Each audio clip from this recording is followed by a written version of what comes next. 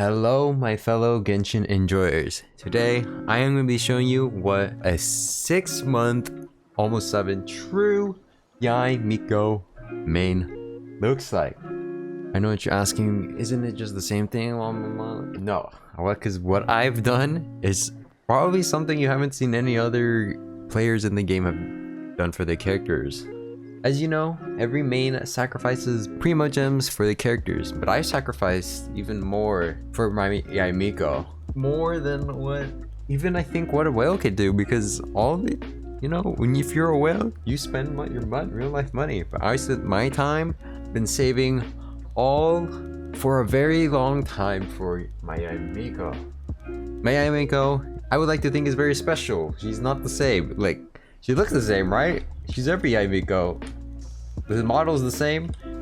Even this one at the tree over here is the same. All the Yae Mikos look the same, right? There's no difference in between them, right? But mine is actually. Hey, stop looking at that. But mine is special in the way that how I basically centered my account on this character. No one else, I would like to believe, no one else has done anything even close to what I have done. My supports don't even have max constellations or anything at all. So like, it's not even that my supports are whaled. It's just everything in my account is not even close to whaled. But I did sacrifice a lot for the character, and that's what matters to me. To actually know how much I sacrificed, we have to go back to before the game existed with Yae Miko playable in the game. I've been sacrificing even before Yae Miko was released. So we need to go back, and to show that I have my TikTok actually. Alright, here in my TikTok, and we're gonna go to there all the way back to hey cringe. Oh, sorry. We're going back all the way to February 14th of this year. Stop talking! So Yae Miko was released on the 16th of February, and this was on the 14th of February. So what did I do? Well, this is what I did.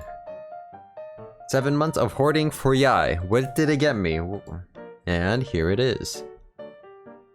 Max books, max enhancement ore, 23 million Mora, 50k primo gems, 26 intertwined fate, and that's what I hoarded for 7 months. No, I did not swipe. Only Welkin. Maybe I had a few BPs, but that was literally the only thing that I had bought for the game. So I have been saving for 7 months before that. And then I got my Yae Miko, obviously, and then upgraded her and did everything, blah blah blah. But then I saved even more. So we finally understood the crazy amount of potential that Electro has with Dendro, because Dendro is insane, and obviously all the buffs that she can have in the game. So I went up to TikTok because it was probably hit 1, and now I have this. I have, before Sumru came out, I pre-farmed for even more Yae Miko materials, and now, and this time I reached max Yergowitz, of course, max enhancement ore, max artifacts, 25k primo gems, and 70 million Mora. And as I can see here, we're gonna turn Yae Miko into the best DPSer in the game. And what do you know? I mean, now we're here. We're gonna make Yae Miko the best that we can. And I think I figured it out already. You understand what they need to do more damage.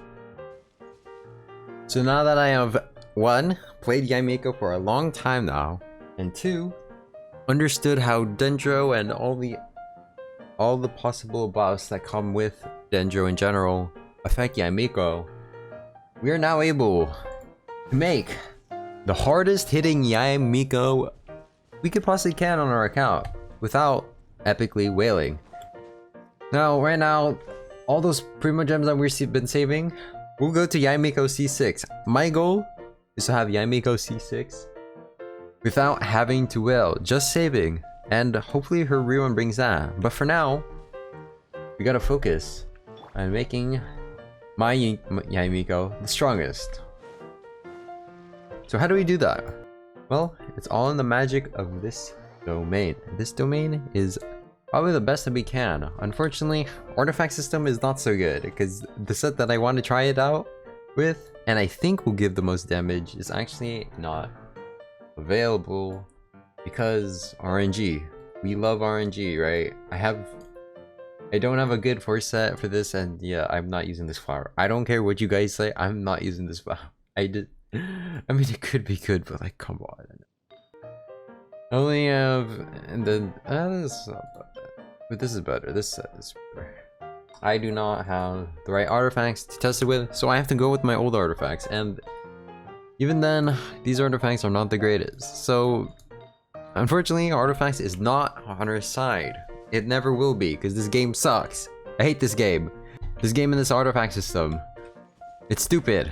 Since that is out of our control, we're gonna do something that is in our control, and we're gonna be hitting the hardest we can with Yae Miko without having to use any food buffs, wailing, and that's it. We're just gonna, no cheating, only Yae Miko damage will be used to do the big damage. That's what we need to do. Okay, this is take 3. Hopefully we can get it this time. I'm trying to get my 90k that I hit, but I'm not sure if, I don't even know if that would be remakeable at this point with how unlucky we've been getting.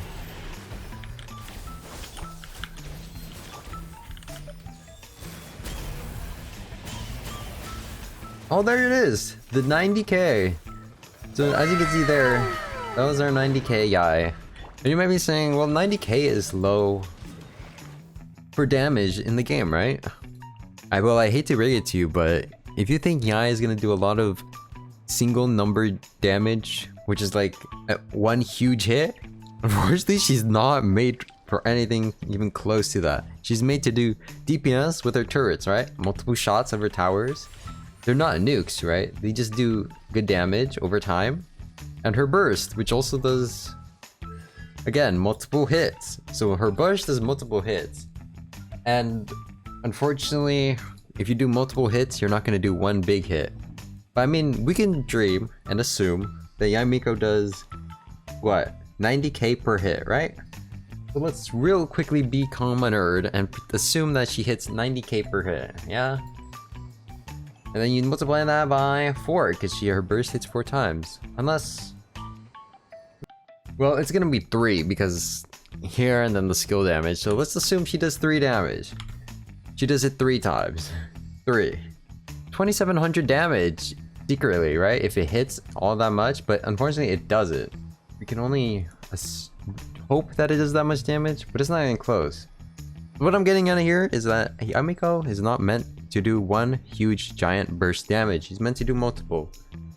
So as much as we want to make it be that way, it will never be that way, and we just have to live with that. I've lived with that my entire time playing this character. I think she's kind of boring, but also there's a good side to that, right?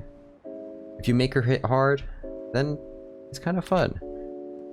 It's kind of fun to just realize that your character is not meant to do damage, but you do damage that is good for the character, and that's basically what I'm getting at here. Yae Miko is not meant to do the best damage, but she does the best damage in my heart.